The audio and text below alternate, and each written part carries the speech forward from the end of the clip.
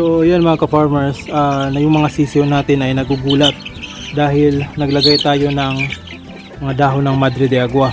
So first time ko yung inilagay ko, kaya hindi nila alam kung ano yan. Kaya yung iba ay natatakot dyan sa dahon dahil yan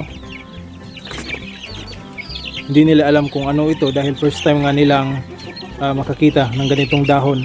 Ngayon ay sinusubukan din natin itong pakainin ng mga dahon ng Madre de Agua dahil para hindi na sila magtutukaan dito sa loob. Kahit may pagkain sila ay wala silang ibang ginagawa, baka mag-aaway-away lang sila. Kaya isa ito sa pamamaraan para hindi sila mag-aaway, lalagyan natin sila ng forage dito sa kanilang kulungan. So yan nagkukumpulan pa sila dahil natatakot pa sila doon sa dahon na inilagay natin. So hanggang masanay yan sila at kalaunan ay kakainin din nila yung dahon ng Madre de Agua. Itong isa na sinabit natin ay tatanggalin lang natin para hindi ito liliparin ng hangin. Kagaya niya dahil dito sila natatakot mga ka-farmers dahil hinihipan ito ng hangin kaya gumagalaw yung dahon. So yan yung isa sa mga dahilan kung bakit nagugulat yung mga sisiyo natin. So ilalagay lang natin ito sa sahig para alam nilang meron tayong yung sinabit natin ay dahon ng Madre de Agua.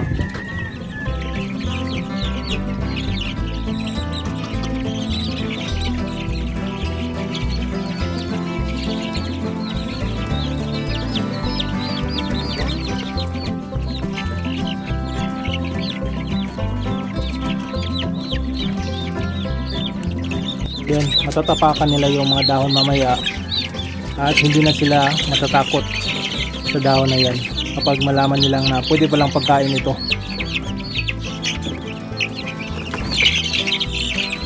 So normal lang itong nangyayari mga ka-farmers na magugulat sila kapag meron silang bagong nakikita. So yan mga ka-farmers, unti-unti na silang kumakalma dahil nararamdaman nila na yun ang tumuka na ng dahon.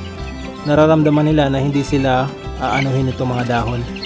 So yung iba tinatapakan na nga dito. So yan lang ang gagawin nating adjustment kapag bago pa lang tayo nag-i-introduce ng mga dahon sa kanila. Ito yung brooder ng ating mga sisiyo mga ka-farmers. 2 kwarto ito, isa dyan at ito yung isa. So mapapansin nyo ay merong mga nakalagay dito na sako. So ang purpose niyan mga ka-farmers para hindi tamaan ng malakas na hangin itong mga sisiyo natin dahil ang kanilang bubong dito o yung nandito sa gilid ay screen lang. Yan screen. Kapag wala ito mga ka-farmers talagang mahihipan ng malakas na hangin yung mga sisiyo natin. At isa ding purpose nito ay para hindi matamaan ng init yung ating mga sisiyo. Sa gabi naman hindi sila giginawin dahil meron tayong inilagay na sisiyo. What? Sa gabi naman, hindi sila masyadong giginawin dahil meron tayong inilagay na mga sako dito sa gilid. So, eto mga ka-farmers, ipapakita ko lang sa inyo. Yan yung mga dumi o ipot ng ating mga sisiw. Kung mapapansin nyo, napakarami na yan. So, simula nang nalipat natin yung mga sisiw dito, 2 beses lang ako nalinisan ito. Pero itong mga ipot na to ay siguro nasa mga 3 o hanggang 4 pa na hindi nalinis. At ngayon ay maglilinis na ulit tayo. Pero ito mga ka-farmers, ay share ko lang sa inyo na minsan kasi yung iba ay inaalala yung mabahong kulungan o mabahong manukan. Yan ay dahil sa ipot nila. Ito kasing mga ipot na ito mga ka-farmers, kapag ito ay nabasa ng tubig o basa yung ipot ng ating mga manok, ay talagang yan ang rason kung bakit mabaho yung ating manukan o mabaho yung kanilang ipot. So itong mga ipot ng ating mga manok o dumi ng ating mga sisiyo mga ka-farmers, kahit napakarami nito ay hindi naman gaanong mabaho. So ang technique dyan o ang ating ginawa para hindi magiging mabaho yung mga ipot nila ay tinapat natin ito, yung kanilang kulungan ay tinapat natin kapag saan lalabas yung araw kinaumagahan. So dyan lalabas yung araw mga ka-farmers at dito tatama yung init. Kapag natatamaan ng init ito mga ka-farmers ay yung basa na ipot nila ay magiging dry na ito. So yan, kapag na dry na yung mga ipot nila, yan ay hindi na yan babaho. Yan ang isang tip na may bibigay ko sa inyo mga ka-farmers na kapag gagawa kayo ng kulungan o maglalagay kayo ng kulungan, pwede nyong itapat sa kung saan lalabas yung araw o saan sila matatamaan ng araw kinaumagahan para yung mga ipot nila ay maiinitan at katulad niyan, hindi mabaho at dry yung ating mga ipot na nandito. So aside din na dyan mga ka-farmers, ito rin ay pwede nating papakinabangan. So nga mamaya ay lilinisin natin ito, kukunin natin yung mga dumi nila at ilalagay natin ito sa ating mga halaman bilang fertilizer. So hindi mapupunta sa wala yung mga dumi ng ating mga sisiw natin. Kung pwede kung marami din kayong makukolektang ganito mga ka-farmers, meron naman talagang mga bibili ng mga ipot. So dagdag income na rin ito. Ito yung mga itlog mga ka-farmers na nakolekta natin ng mga nakarang araw. So ito, ang mabebenta lang natin ngayon is itong tatlo, isa, dalawa, tatlo. So ang sizes nito mga ka-farmers ay mga large, ito large, ito medium tong 15 at merong 7 na large size. Ito mga ka-farmers yung XL at Jumbo. So stock muna natin ito dahil wala pa namang bibili, dahil medyo mas mahal ito kumpara dito. So itong binebenta na natin na itlog ng large size ay nasa 270 pesos ang isang tray. Itong XL at Jumbo ay nasa 300 pesos na itong isang tray. Ito namang medium natin ay nagkakahalaga ito sa 255 pesos yung isang tray nito. Pero 15 lang ito, nasa 127.50 lang tong 15.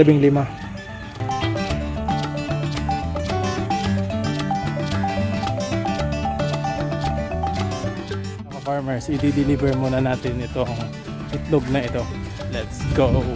Mga farmers, nakauwi na tayo galing sa paghahatid ng mga itlog na binibenta natin. So yung kinita natin sa dalawang tray at yung isang tray ay merong laman na balit tatlong tray lahat mga farmers at yung isang tray merong laman na 22 na piraso. So ang kinita natin doon ay 730 and 50 centavos at dinagdagan natin ito at binili natin itong feeds.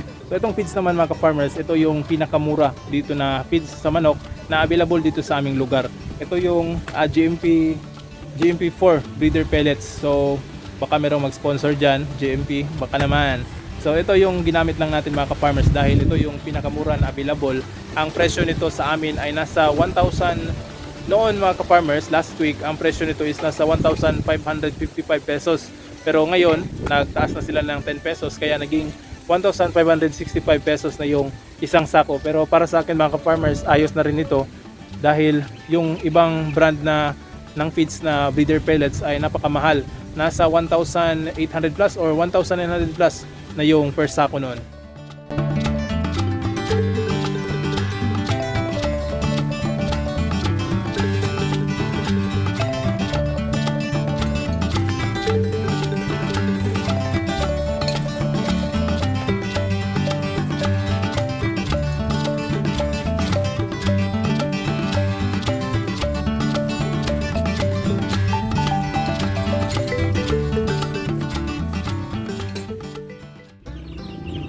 So yan na po mga ka-farmers yung ipot nila. Mapapansin nyo tuyong-tuyo yung mga ipot nila. So ito ay wala talagang maaamoy na mabaho dito. Kapag tuyo lang yung mga ipot ng mga manok ay talagang hindi mangangamoy. So isa yan sa pamamaraan mga ka-farmers na hindi lalangawin yung ating kulungan ng manok. Dahil kapag marami ng langaw mga ka-farmers, yan na ang indication na mabaho talaga yung kulungan nila o yung ipot nila. At kapag mabaho na talaga, isa rin yan sa mga sanhi kung bakit nagkakasakit yung mga manok natin. So ito, ang gagawin natin dito mga ka-farmers ay ilalagay natin sa ating mga tanim para hindi naman ito masayang. So pwede ito maging fertilizer. So ito mga ka-farmers, ang gagawin natin dito sa mga ipot nila o sa mga dumi ng mga manok ay ilalagay natin dito sa mga tanim natin. Yan o. Ito, Madre de Agua yan. Ito naman yung kalamansi. Yan o. Namumunga na yung ating kalamansi. So dyan natin nilalagay. Ito pa, namumunga na rin. At ito yung mga wood chips na galing sa brooder ng ating mga sisiw. So yan yung wood chips na inilagay natin dito. Ay isa rin yan sa pamamaraan para makapag-fertilize tayo ng lupa.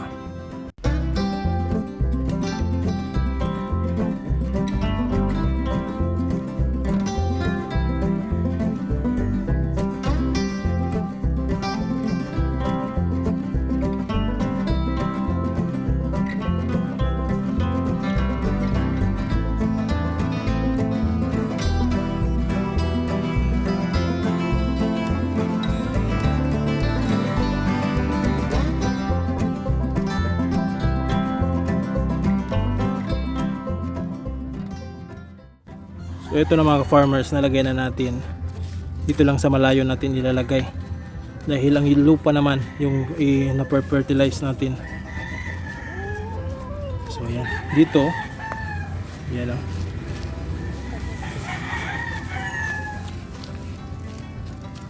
Nilagay natin yung mga wood chips din dito mga ka-farmers para walang mga damo itong ilalim ng puno ng ating kalamansi.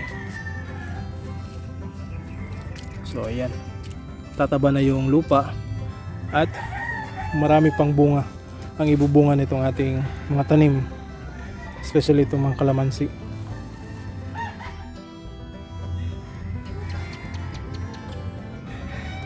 Ito rin ating lemon mga ka-farmers, marami ding bunga. So yan o, 1, 2, 3, 4, 5, 6, andun pa 7, ito 7, yun pa isa 8.